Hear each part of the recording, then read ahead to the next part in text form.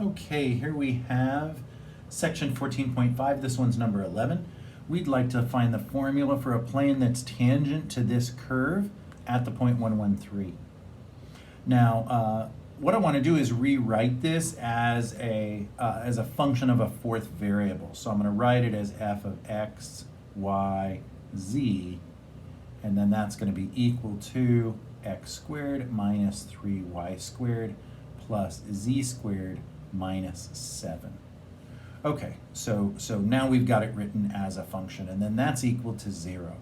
And there's value in it being equal to 0. When I take its derivative, then I'll be able to just get the partial gradient right here.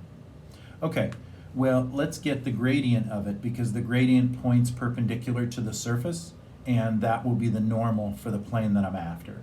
All I need to do then is plug in that point into that plane. So the gradient of f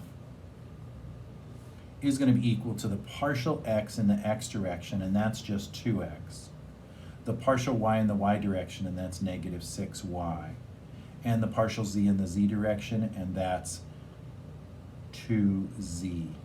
So there's the vector that represents the gradient, and then I want to plug in that particular point, and it'll actually give me the direction numbers there. So I can go one step further, and that's 1, so this is 2, and 1, so this is negative 6, and 3, so this is 6.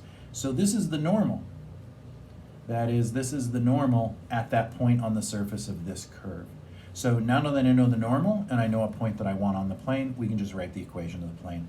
It's always the direction number 2 times the difference between x and the x coordinate, so x minus 1, minus the direction number, and the same for the y minus 1, and plus the direction number 6 times the same for z minus 3, and that will all equal 0.